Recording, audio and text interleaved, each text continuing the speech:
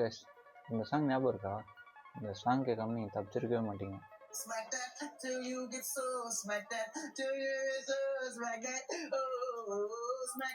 இந்த சாங்கு சும்மா ப்ளே பண்ணலான்னு எனக்கு யூடியூப்பில் போனேன். போய் பார்த்தா 2009 அப்படின்னு போட்டுருந்துச்சு. சரி எப்போடா இந்த சாங் ரிலீஸ் ஆகிருக்கு அப்படின்னு சொல்லிட்டு பார்க்கலாம் அப்படின்னு சொல்லிட்டு போனேன். பார்த்தா 2006 20 வருஷத்துக்கு முன்னாடி ரிலீஸ் ஆகிருக்கு guys. நான் 90s கிட்ஸ் தாங்க.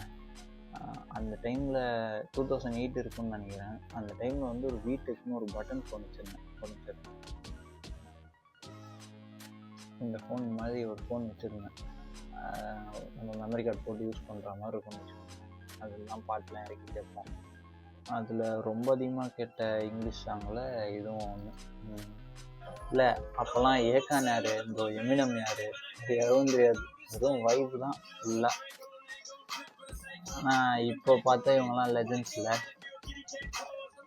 ரீசெண்டாக கூட ஏகானோட கான்சர்ட் பெங்களூரில் நடந்ததுன்னு நினைக்கிறேன். போகணுன்னு ரொம்ப ட்ரை பண்ணேன், பட் டிக்கெட் கிடைக்கல. நீங்கள் யாராவது போனீங்களா? கிடைக்கவே இல்லை.